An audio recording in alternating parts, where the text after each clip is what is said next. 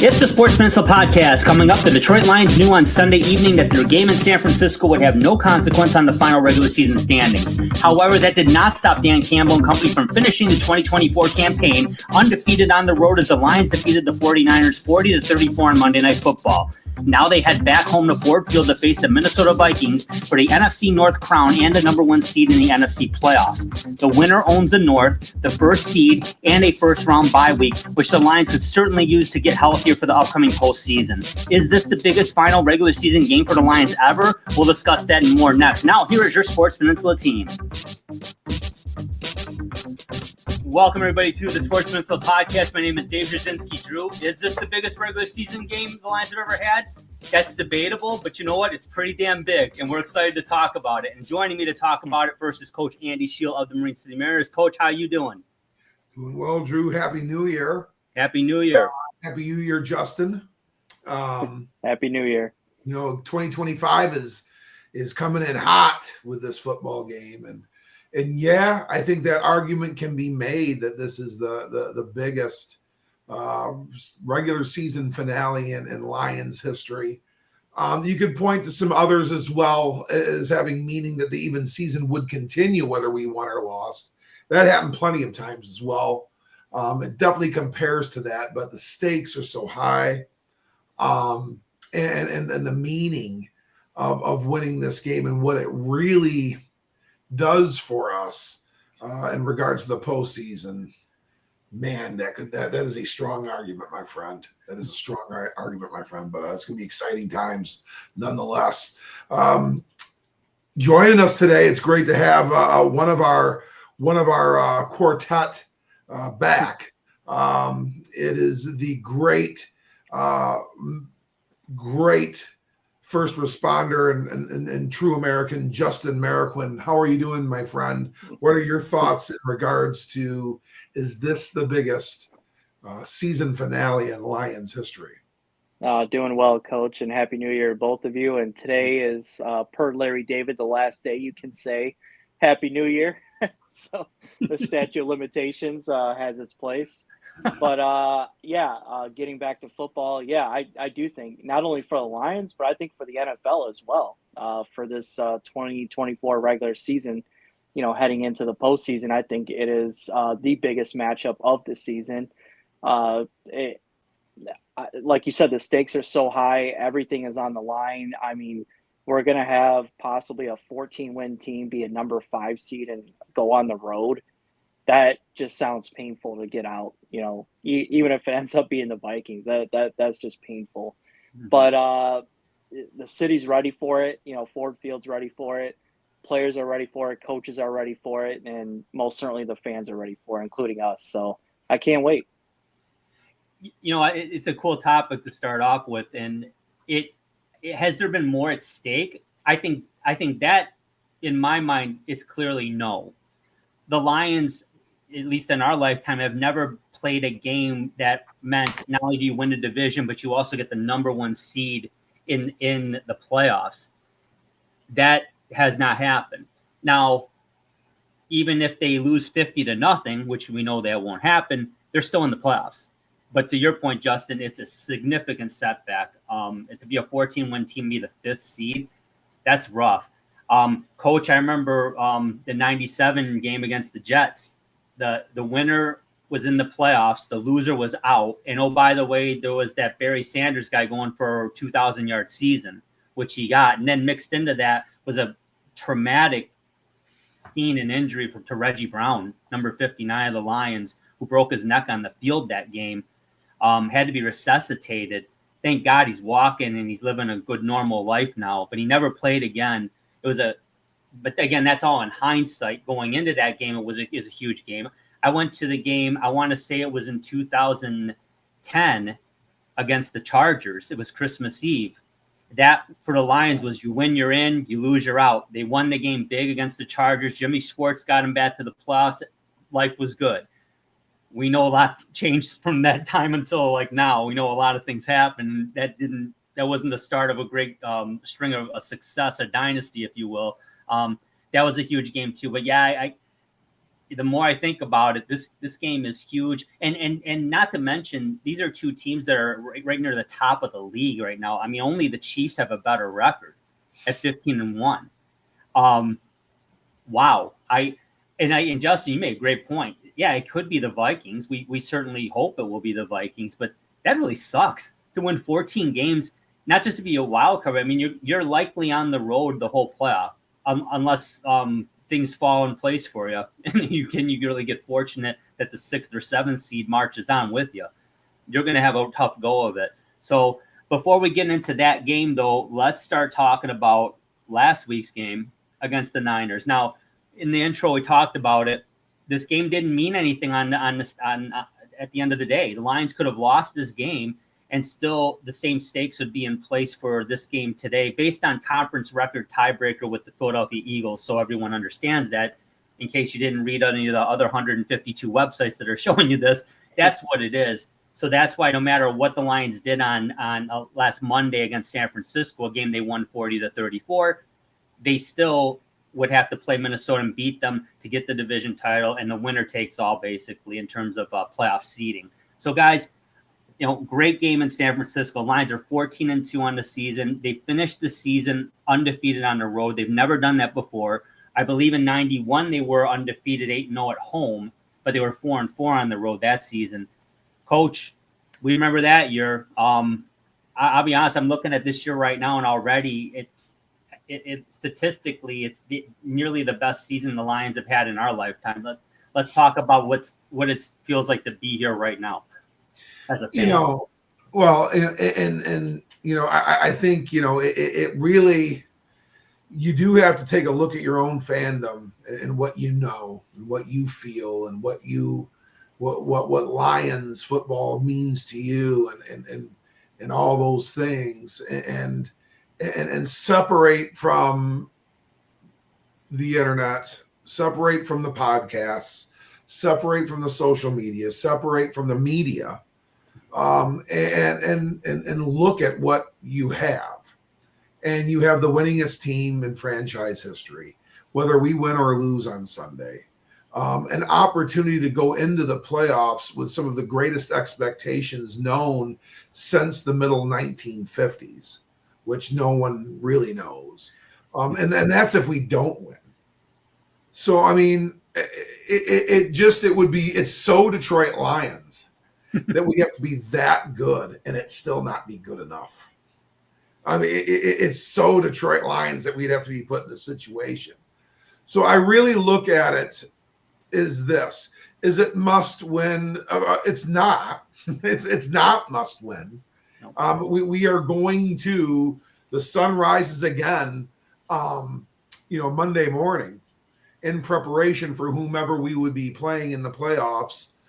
If that were to happen, that would be greatly unfortunate. And it really does put a ding in our Super Bowl chances. But nonetheless, how many times have we lost 2 games in a row in the last 2 years, 3 years? I don't think we have. So, I would really like our chances probably at another shot at the Minnesota Vikings, over there this next time. And that's in the worst case scenario. That's in a worst case scenario.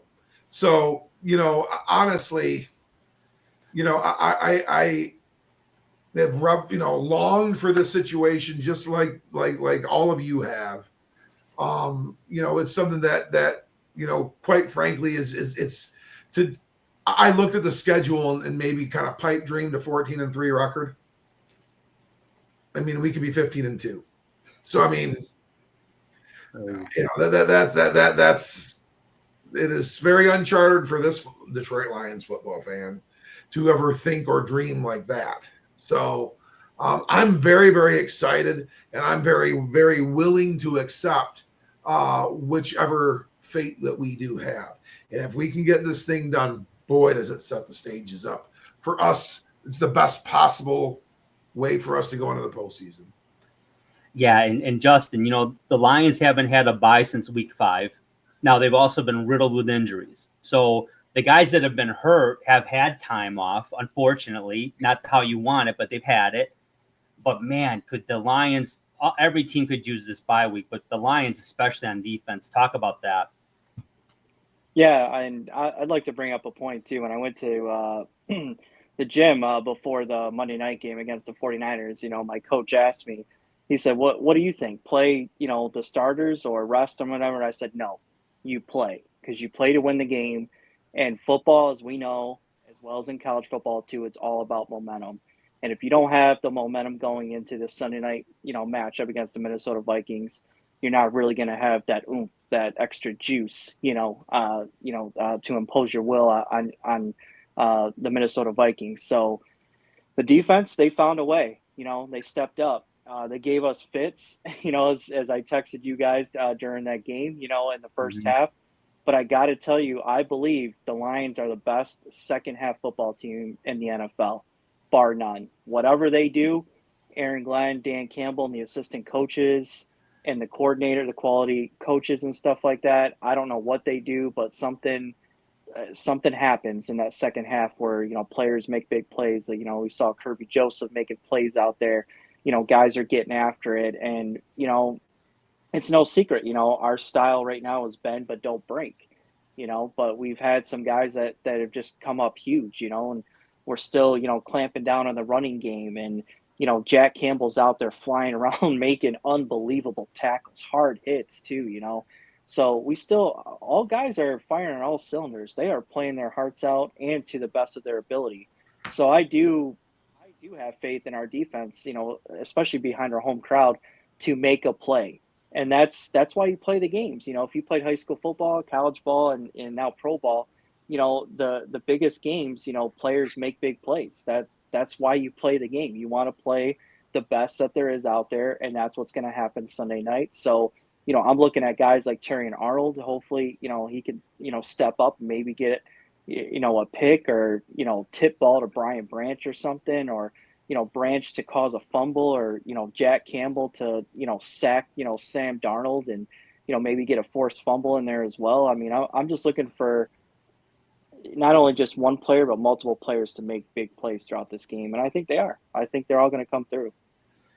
Yeah, and that's the hope, right? And you're right about they've just been great in the second half. And to me, that's the biggest, if I had to name one difference in this group that from anything we've seen from the Lions ever, it's that they do make the adjustments at the half. And coach, I know you know about that, being a coach for as long as you have been, that's how champions are made. You make adjustments. Just because things don't work out the first half, it doesn't mean that all is lost. And we've seen Lions teams in the past be the victims of this quite often from the opposition. But no, the Lions are dictating that. Talk about that a little bit. Yeah, the one thing the Lions have not had to do a whole heck of a lot of this year, and it's the one thing they have not had to do a whole heck of a lot of so far along their climb, really the last 2 years, is kind of do that scratch and claw mentality and fight their way back. Really, they have always just kind of done what Dan Campbell has said they were going to do, in Hard Knocks, which is, fight and battle in the shallows and start working towards the deeper waters. And that's worked very, very well for this team. They have not had someone take them to the deeper waters for them to prevail on a regular basis. Mm-hmm. I guess we have won a couple of games. Minnesota, the first time around, was probably one of the better examples because we were down and out of the gates 10-0 in that game. And, we had, and that was the first game post Aiden Hutchinson injury. So there were some concerns on our ability to rush the passer and create problems for Sam Darnold even then. And, since then we've sustained some more injuries to that defense. So that being said, it is certainly a different situation. But, what I'm concerned about anything for me, Justin and Drew, and Justin, to segue to you, the biggest concern that I have is if we do get down and they come out guns a-blazing, and it gets to be 13-3 or 17-3 or 14-0 Minnesota into the second quarter, well into the second quarter. Do we have the patience and the moxie to keep fighting and working towards those deeper waters to take them out, just like we would be if we had control? What do you think, Justin?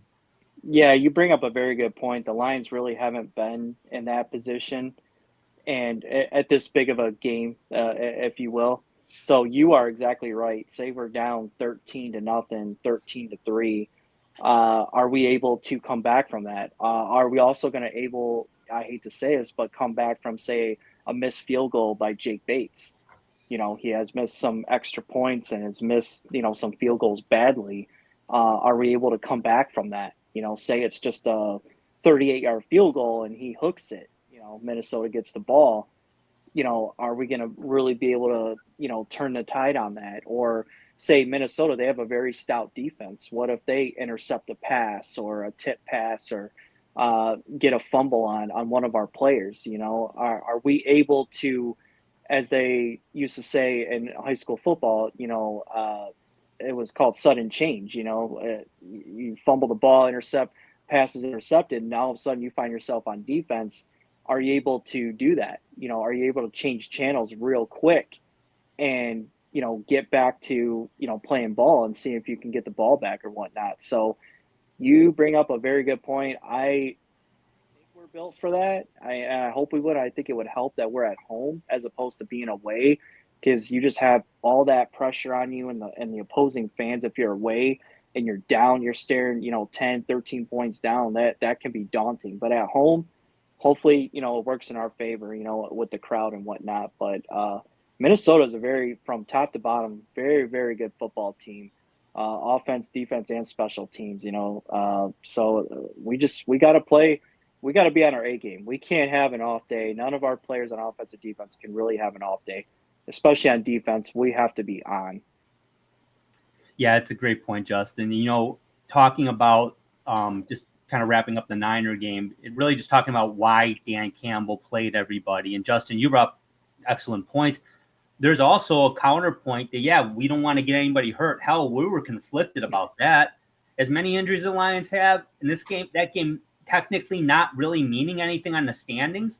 That was a tough one, but Campbell made the point. It's the only point in my mind. They didn't know if that game was going to mean anything until Sunday night at 7:30 in the evening. Every rep that was taken in practice all week in preparation for that game was to the first string guys. So, and you guys know this from playing high school football, and coach, you certainly know from coaching. If you're not ready to play and you get thrown in there at the drop of a hat, you worry about injuries now? Oh, you're going to have a lot more then. And it might be a really bad situation because you're not ready to play. So in my mind, they didn't have a choice but to play everybody because of that. And now, Coach, if you want to touch on that a little bit before we move on, but I think that's an excellent point that Campbell made.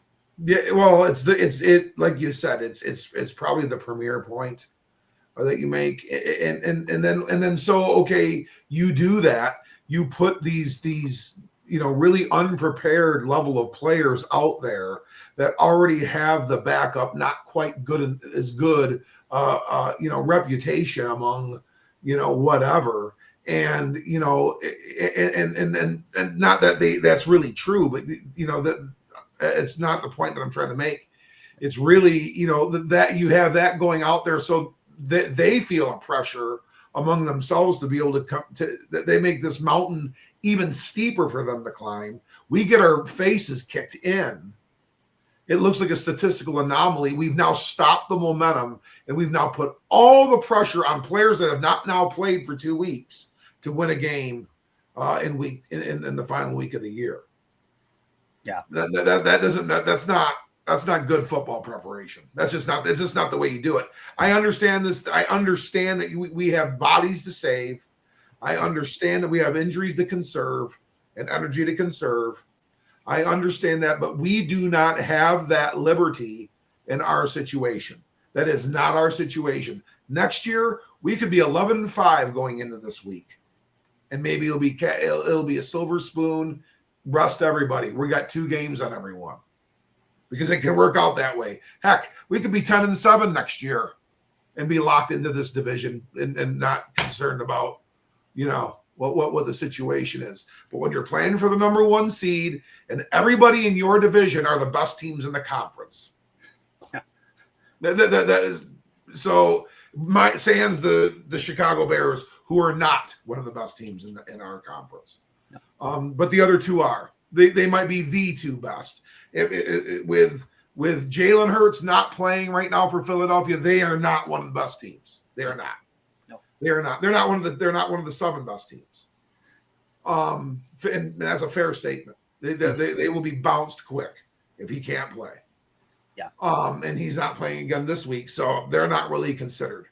So, we have to do what we had to do in order for us to continue to compete at the level which we have to compete.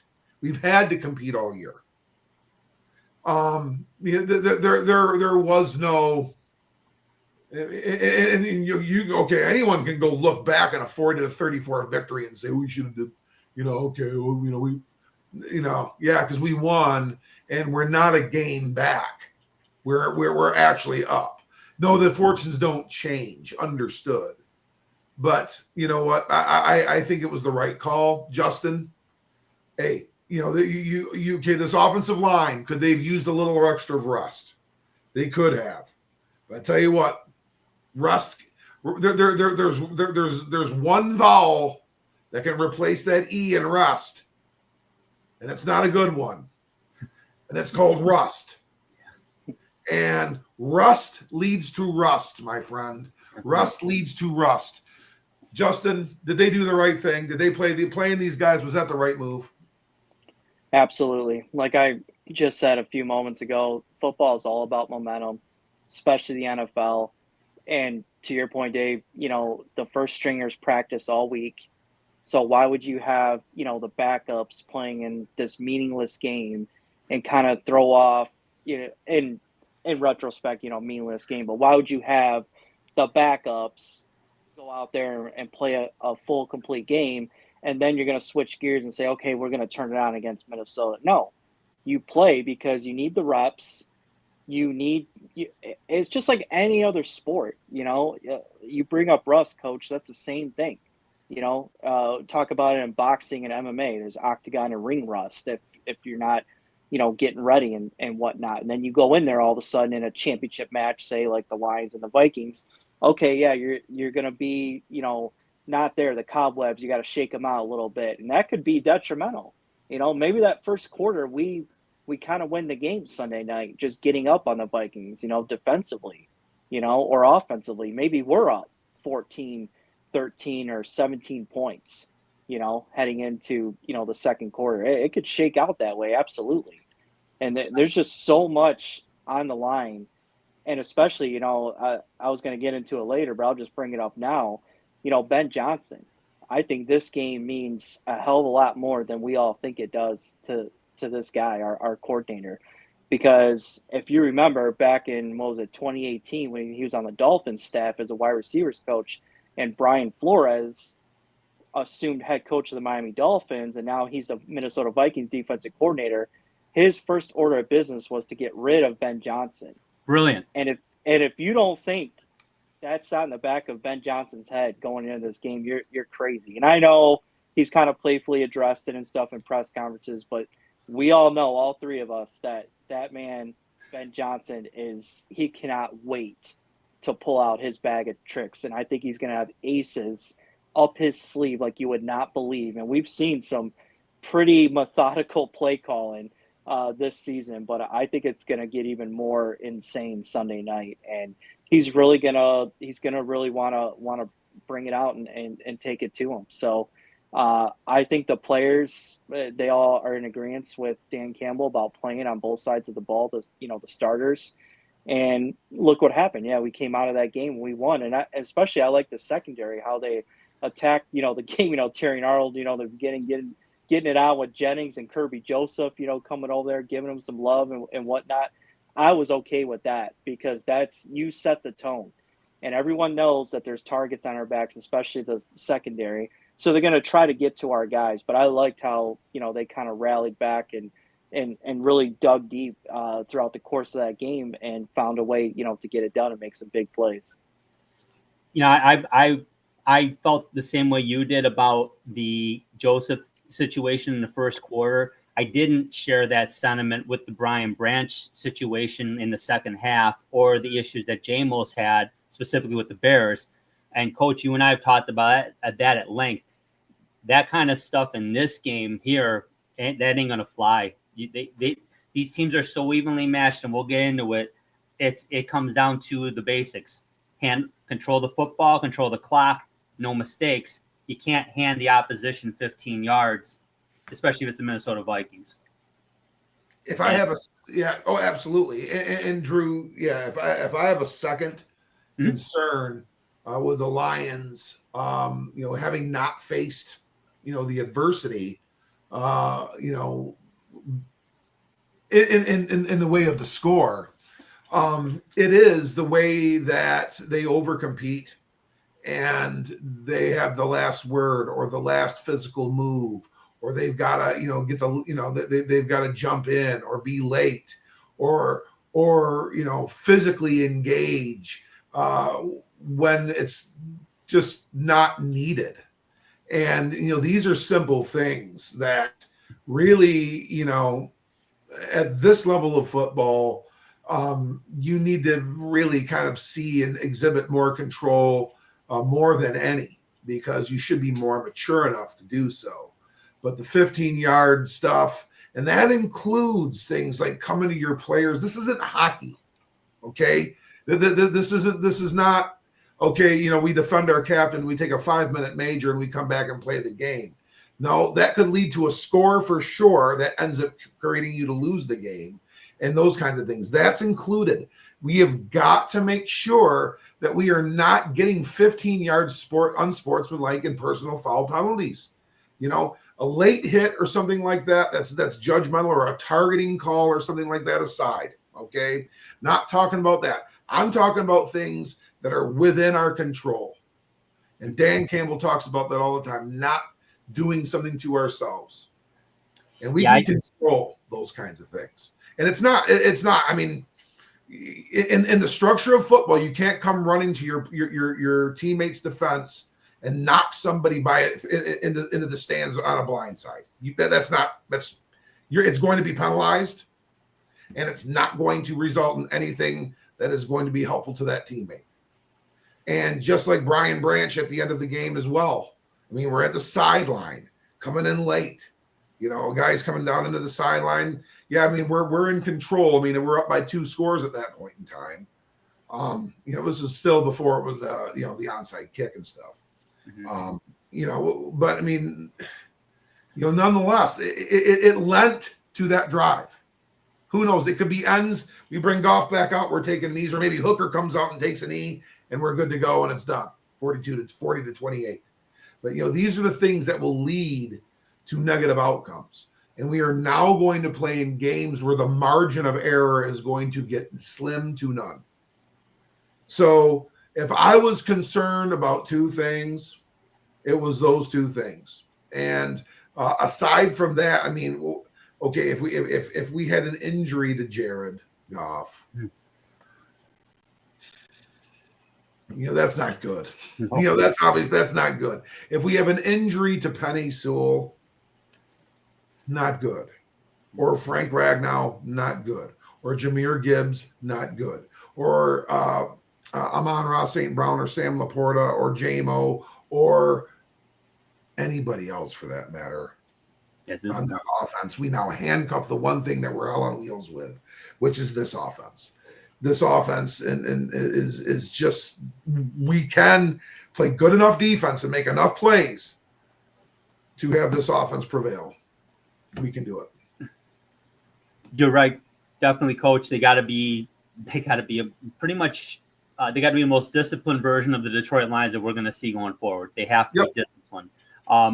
That being said, let's talk about the game coming up. Let's look at some of the injury report right now, and I'm putting it on the screen. But what I do want to talk about, when the Lions played the Vikings in week 6, because a lot of people are saying, oh, that defense is decimated and beat up. I don't know if they can hang with them. Well, they didn't have a guy named Aiden Hutchinson in that game either. And, oh, by the way, they also didn't have Zadarius Smith. So they were without, and Marcus Davenport. So they were without any significant pass rusher on the edges for that game in Minnesota. The Lions had 4 sacks in that game. So did the Vikings. They each had 4 sacks in that game. Now, Aleem McNeil played in that game. He's not going to be playing in this game, unfortunately. Hutch isn't there. Where they got Zadarius Smith. They got Onwuzurike back. Reader's healthy. As healthy as he's going to be. So they have that. Now, Anzalone played in that game. He's been out for quite a while. I've got asterisks next to him. He's been practicing. He's looking like he's going to go Sunday. That would be huge. He's going to help tremendously because, Justin, you brought up Jack Campbell, how good he's been. Now you get to add Thor next to him again. Awesome. But you don't have CD in this game, Carlton Davis. That is a dynamic that I would say, guys, I'm probably most concerned about that going into this game in terms of the injuries, because I don't care what the national media is talking about. We've been watching this team all year. We know what's worked and what's not. Losing Davis in this game is a question. However, Coach, I'll start with you.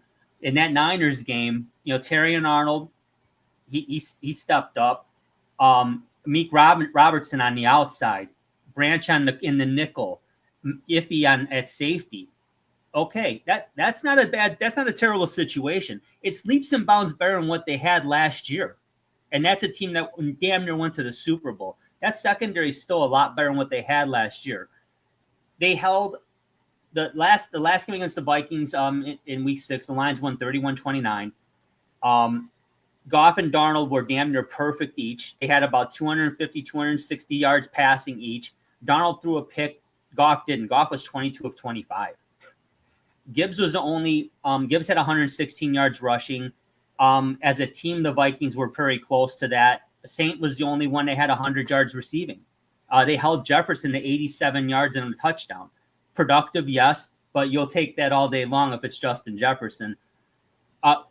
That's where it's shaken out, Coach. I'm going to throw the list back up there. Any thoughts on, other than Anzalone, Khalif Raymond has been practicing. He could be back too. Let's talk about that. Well, yeah, and I think you bring up some good points too, Dave, and really it's going to come right back at you.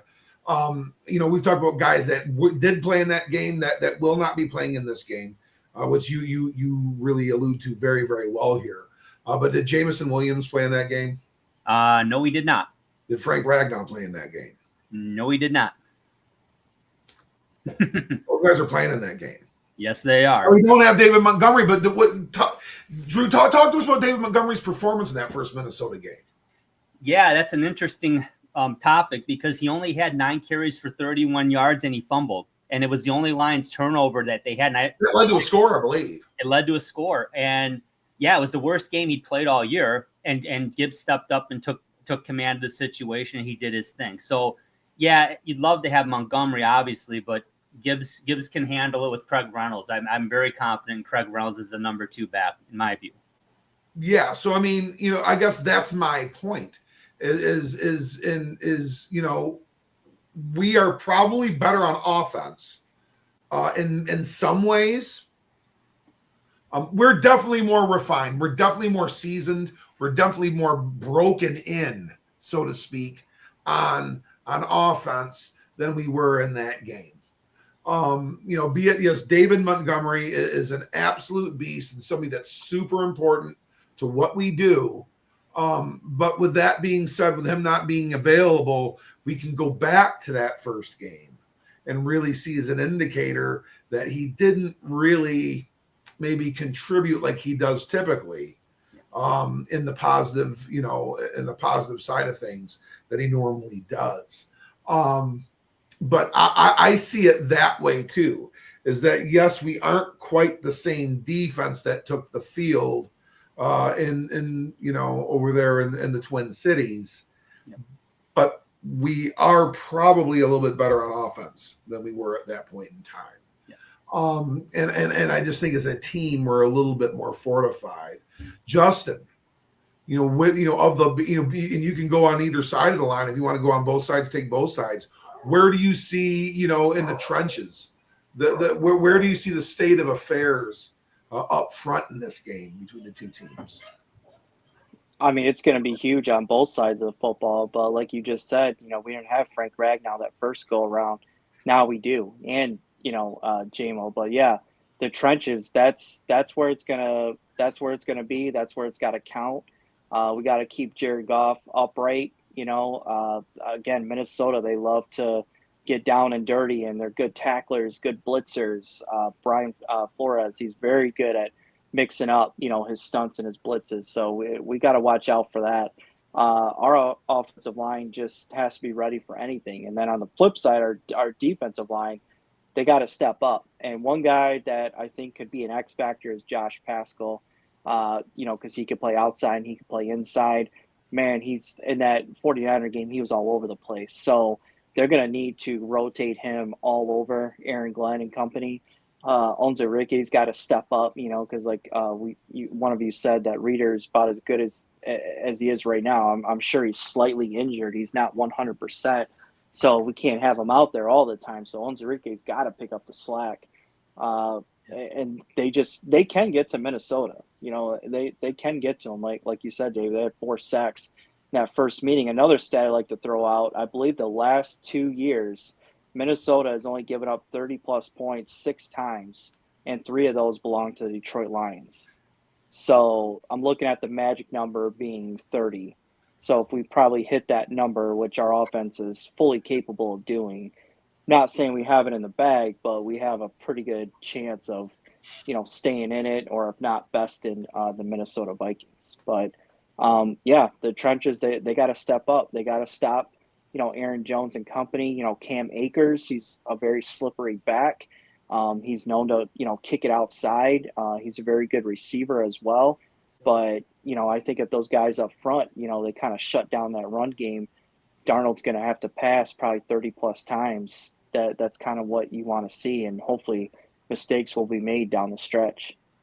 Yeah, I think, Justin, that's fascinating that you bring that up. And, I know, from just my keeping my nose in the X sphere, or Twitter sphere, if you will, it seems as if Ryan Poles down there in Chicago definitely wants to keep Mr. Ben Johnson away from things over there, because he is said to have maybe in some interviews in the past that he's taken and talked about bringing in, his own general manager candidate. And that was, one of our former employees with the Lions that I believe is now right over with the Commanders right now, or Philadelphia, one of the two, doing some things and wanting to work specifically with him, which would mean Ryan Poles would probably be out of a job in Chicago if Ben Johnson were to be considered the head coaching frontrunner there. And I tell you what, if he could add a fourth game in 7 games to that 30-plus point total, they're in this division too. I don't know how. Ryan Poles would probably have to be looking at things with a very squinted eye, because I would have to think they got their guy. This is a guy that's got the Minnesota Vikings figured out, and he's been coaching the Detroit Lions this whole time. That's my candidate right there. And honestly, at this point in time, I'm going to go to you, Drew. And I guess that would lead to that. We win 35-31, and we score points in our 2 playoff games leading into the Super Bowl, and ultimately we win a Super Bowl score of 35-31. Sure. Do you care if Ben Johnson is the head coach of the Chicago Bears? Or we will win Super Bowls in the future with him here and him not here. But we are not going to win the Super Bowl this year, and he will not be the head coach of the Chicago Bears, and he'll get to run this offense when we do win a Super Bowl. Well, I don't know if I would be willing to take those odds anymore. Would you, Drew? No, you want the ring, certainly. And let's face it. we know as fans that, and certainly, I mean, I would think we're a little above a fandom. I mean, we do some homework here. You guys played and coached. I mean, we know football. I'm not saying we're freaking Pat Summerall here, but got to figure it out. This is just water, by the way. Yeah, you expect a Ben Johnson or an Aaron Glenn even. They're going to get a head coaching gig because everyone wants the next best thing. I mean, I hate to bring it up, Bill Belichick's staff. I mean, they were getting plucked left and right. It's not necessarily the path to success. Hell, we saw it with the Red Wings here in Detroit. Derek Lalonde knows he's a very good coach. Maybe not a head coach. An excellent coach, though. Jim Schwartz is an outstanding defensive coordinator. Wasn't so great as a head coach. Brian Flores. Yeah. Steve Spagnuolo, Spags. Everyone loves Spags. A great defensive coordinator. Didn't do too well as a head coach. I'm not saying that'll happen to Ben Johnson, but what I am saying is that I expect it happens a lot. But I expect them to go. They're going to get an opportunity. I expect it. Now, do I want it to be the Bears? No. No, I don't, but I don't begrudge him, and if he gets it, he's going to get it. The Lions have to overcome that. No, because when that time comes, it's going to be who's going to be the offensive coordinator anyway. I'm not so convinced because I thought he was gone after last season. Yeah. I really, and you pointed out, and that's been my thing for years, is that some guys are just better as coordinators. That's just the way the game shakes out.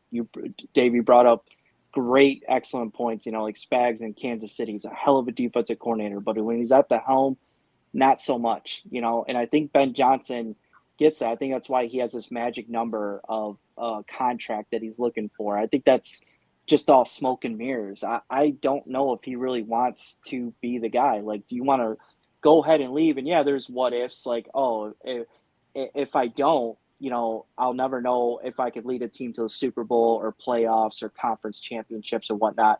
But the same flip of the coin, if I stay here in Detroit, we could win multiple Super Bowls. Say if we head, to the Super Bowl and win it this season and onwards, you start thinking about that too. So I think a lot's going in his head. He said him and his wife and the kids, the family loves Detroit.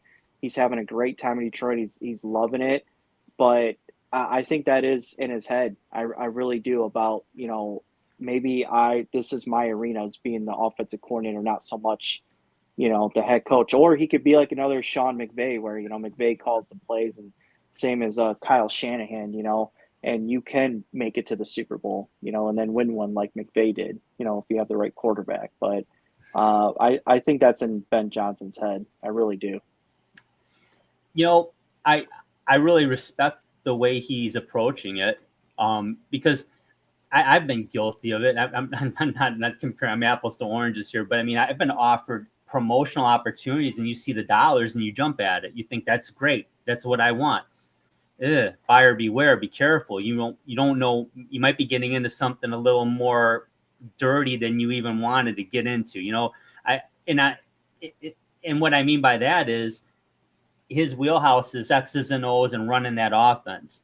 Does he want to deal with a linebacker who's having issues, on the defensive side of the ball that are more off the field or whatever? I don't know. That goes into the head coaching realm. It's not about just you're going to work with your group on your thing, and you're the head coach. You're responsible for everyone and everything.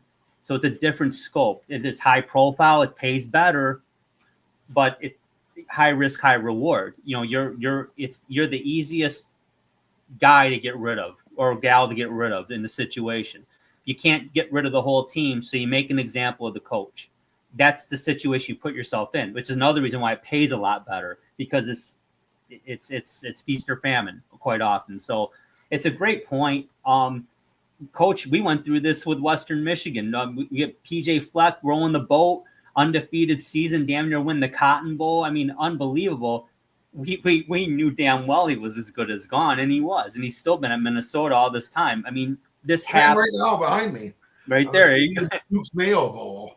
There you go. Oh wow. What did that used to be? If that's in Charlotte, it used to be the Belk Bowl. Okay, Yes, that's Yep. true. Marine Yeah. City graduate Brendan Kay was once the MVP of. that's right. So, but yeah, the Duke's Cincinnati. Mayo Bowl is being played as we speak. And, and just to kind of like, support both of what you guys are saying there, Justin, you bring up some great points. Dave, you really, really add to them. This is a division that the Chicago Bears are in. And you have what's going on here in Detroit that you're going to have to compete with, and Dan Campbell. And you know what? We're going to, Ben Johnson, we will replace. We there will be somebody else that does it. I mean, there was always going to be somebody else that does it. Just if we lose Aaron Glenn as well, who is going to be a prime candidate for jobs, we will bring in other people, and it's this culture that you're going to have to beat, and our roster and the way we put together our team that you're going to have to beat, Ben Johnson, if you do take that job in Chicago. I think things are pretty good in Green Bay, don't you? Matt LaFleur is a one heck of a football coach himself. He's a very good football coach. They are doing things really, really well in Green Bay, and that's a situation that is their premier rival, is the Green Bay Packers, and that's they got their thumb on the Bears real good right now as well. And I tell you what, I think we just got done talking about a 14-2 Minnesota Vikings team who was virtually the same record a couple of years ago with a different quarterback and everything. So, I mean, they've had all these issues with quarterback over there, and all they are 14-2 as a result. They are a darn fine football organization and well ahead of the Chicago Bears from a roster management situation. So that's the job you're taking when you're taking that one on. You're taking on these three organizations, the three best teams in the NFC. You want to take a job. Okay, you can have your Philadelphia Eagles. They're real good. The Washington Commanders are real good. Tampa Bay beat us this year. They're good. We know the Los Angeles Rams are good. The three best teams are in this division. And do you want to take that fourth team? Do you really, really want that team? I don't know. It's a good point. Yeah, you want to set yourself up for success too, right? Yeah, yep, for sure. It's going to be I think Ben Johnson's doing he's very smart. He's doing the right thing. If he's going to take a role like that, it's going to be the situation that he's comfortable with, that he feels there's a absolute path to success relatively quickly, like within a 3-year window. I think I think it's naive to take a job and think, oh yeah, within 2 years we're going to be in the playoffs and knocking on the Lombardi door. Nah. Okay, you can think that way, but it ain't that easy. So, I know that's happened before, but at the end of the day, I think it's very, very methodical and very smart on Ben Johnson's part, which is what makes him a great coach. It's what makes him a great coach. Let's talk about this game a little bit more, guys, before we get into our predictions. Guys, I watched that Green Bay game, and I know you guys did too, very closely last week. And, in my naivety, I was like, wow, could the Packers actually do the Lions a favor? Yeah, right. No. It's like, hey, I was yelling at the screen like, Jordan, pretend it's Detroit. Pretend it's Detroit. Because he plays his ass off against the Lions somehow. He played great in the second half of this game, but not too great in the first. Bottom line, they got beat. They made a comeback, but the Vikings held them off. The Vikings are a great team. Coach, I saw the Lions in week 6 sack Sam Darnold 4 times.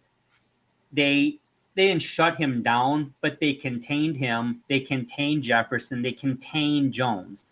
The Vikings played well offensively, but they didn't play great offensively. I saw Sam Darnold running around for his life in that game, but making plays a la Brock Purdy. He reminds me of Brock Purdy right now. What's the key to success here for the Lions on defense to stop that, or at least contain that Vikings offense? Win on third down a little bit. Let's try to keep third down. Let's do well there. If we do well on third down, we're going to take some scoring chances away from the Minnesota Vikings, because in some of those third downs, they may end up going for it on fourth downing and getting it. But they're going to also punt the football at times. And if you're putting the football back in our hands, That's what we want to do. So I'm looking at a statistic. What must we do? We need to continue to do what we always have done. What's been working so well down at the University of Michigan with Wink Martindale, and what is something definitely that's a philosophical viewpoint of Aaron Glenn is taking away the run. It's taking away the run, and we need to take Aaron Jones and company out of the equation. Aaron Jones, I believe, if I am not mistaken, did tip the 1,000-yard mark, and he did. Just barely. He's at 1,093 yards for the season. So, but we can keep him limited and make Sam Darnold beat us. And is Sam Darnold proving to be a quarterback that can beat you? He's definitely done that a few times this year. But let's make Sam Darnold beat us in that atmosphere. With that kind of pressure on him to do it. And I think that's what we need to do is get it on 3rd and long, get them off schedule, so to speak. I know that's a football cliche these days. Get them off schedule, get them behind the sticks. Another football cliche there for you guys, and get some 3rd and longs and get some wins in those areas so that we're punting and maybe limiting them to field goal opportunities. It makes a lot of sense. And Justin, I got a question for you on the defensive side of the ball. Getting Anzalone back, fingers crossed he plays. They got TJ Hawkinson over there at tight end. Now we know about Addison, we know about Jefferson, but getting Anzalone back, how does that contribute to containing Hawk? Yeah, and if you haven't been keeping up with the Minnesota Vikings, TJ Hawkinson has been very reliable. He's been a very good possession receiver, if you will. He's making some big catches, big plays, stretching the field, and that's what opens it up for Jordan Addison and Justin Jefferson to go down the sidelines. But if you have Anzalone in there, he's pretty good at covering, tight ends and whatnot. I think that would be a big task for Jack Campbell. I'm not saying I'm not confident in him or that he can't do it, but he still kind of struggles a little bit in that arena where Anzalone's he's really stepped up his play in the past, couple seasons. And I would still take a 75% Anzalone or 80% Anzalone going up against TJ Hawkinson and hopefully shutting that down too, because like I said, Darnold's really been going to Hawkinson. It's kind of been his safety valve, and he's been really turning on. And then that, like I said, that just leads to Jordan Addison. You just forget about him, and Green Bay did, and he lit him up. So if they could do that, have Anzalone back, and then that'll shift over, Jack Campbell to play really at his natural, position, and not really have to be the field general just yet, which he's shown that obviously he can do it in the absence of Anzalone. But it kind of lets Jack Campbell turn loose and not think way too much, and just go out there and do what you do, which is play great football. But yeah, we gotta keep our eye on TJ Hawkinson because he's really coming on as of late. Yeah, no question about that, guys. And then we go to the offensive side of the football. Again, we've talked about this at length today. Not a lot of concerns on the line for the Lions on the offense. The Vikings, to me, have to be super concerned about the Lions offense. The Vikings, to me, are going to be confident. Yeah, they're going to do some things on offense, but they know, Coach, they've got to keep the Lions, to your point, under 30. They got to try and if they can keep the Lions under 30, they know they've got a hell of a chance. What's the recipe to success for them? For the offense? No, for the Vikings against the Lions. What can they getting them off the field? I mean, that's. I mean, they have to somehow check. I'm thinking if Gibbs is checked and you make us a passing football team, that is when we're playing in games that are typically very, very close. And I'm not so sure we are at our best when we have to beat you through the air because our run has been stuffed or don't feel like we can comfortably run the football any longer. That's not because Jared Goff isn't capable of carrying the load. He's shown us time and time again that he is. But we are not at our best phase when that element is off the table because we're going to throw incomplete passes. We're going to make the game longer. And we will ultimately, we don't have a lot of, the one thing Jared, although he's done it many, many times this year, is extend plays with his feet on third down and convert first downs with his feet, which, but that's not what we want him doing. That is putting him in harm's way in regards to getting a hit or tweaking a knee or something horrible happening when he would go to slide or something like that. And, we don't need him doing that. But again, that's not a forte of his anyway. So if we are trying to make Jared Goff mobile, we are in trouble. I know there was a couple of times where we just missed getting sacked a few times against Minnesota, and we got some passes off underneath. There are a couple of times where he had some passes deflected, in through his motion as the pocket was kind of, forming around him. So it's pressuring Jared Goff and making him throw off schedule, and once again getting us off the field. And I would say probably those two caveats is it. Shut down the run game and get Jared Goff throwing the ball early. So if he's throwing the ball for early, he's typically off schedule and not getting a lot on it. And it makes a lot of sense. And I know Brian Flores is very good at mixing up his blitzes. They had 4 sacks against the Lions in that game. But again, Jared Goff still was 22 of 25 for 280 and 2 touchdowns. So they did try, and they came close. It was 31-29. Don't get much closer than that. So they definitely had the right idea. They weren't able to fully execute it. I'm sure they're going to give it their damnedest on Sunday night. But let's talk about our predictions. And Justin, I will start with you on this one. How are you seeing this one shake out? And let's talk about it. I think this is going to be a dogfight. It's going to be just that heavyweight championship matchup.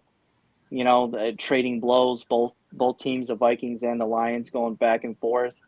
Some field goals in there, possibly some missed field goals or an extra point on either side. That could be a factor as well.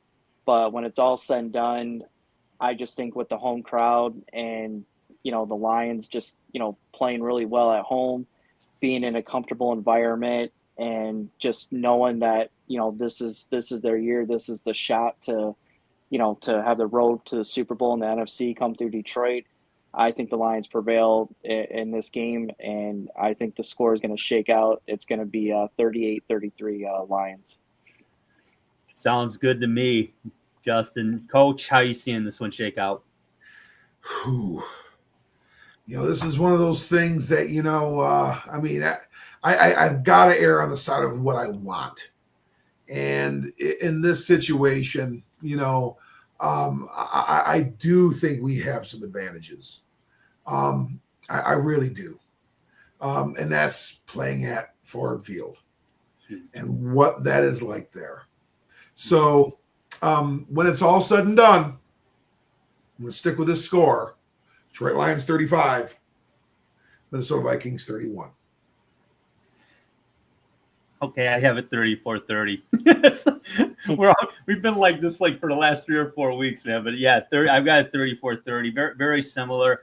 Yeah, the intangibles make the difference. It's the home crowd. It's that noise factor. I expect nothing less than the fans to be absolutely rabid. This is a playoff game. It is a playoff atmosphere. It's not loser go home, but it's loser. You're in deep shit. Excuse my language, but you're going. Think about it. 5th seed. If everyone holds serve except for you, you're going. Detroit's going to Minnesota in round 2. Now you're going to have to beat the Tampa Bay Buccaneers or the Atlanta Falcons in round 1 to do it on the road. Then you got to go to Minnesota and win on the road, and then you got to hope that either Washington or Green Bay is the team that follows you, and then you get to host a game. And by the way, those teams are pretty tough too. So it's a tough road. Obviously, winning the game is far more preferable than losing it. The only caveat, and you said it very early in the podcast, Coach, is that it's not a must-win game in regards to your future. They're both in the playoffs. It's just the road is a lot harder if you lose this one. You'd really rather not. And quite frankly, the Lions, aside from injuries, are set up for success in this one. They're at home. They have a lot going for them in this one. So let's see what happens. Sunday Night Football, it's going to be awesome. It's going to be an absolute spectacle.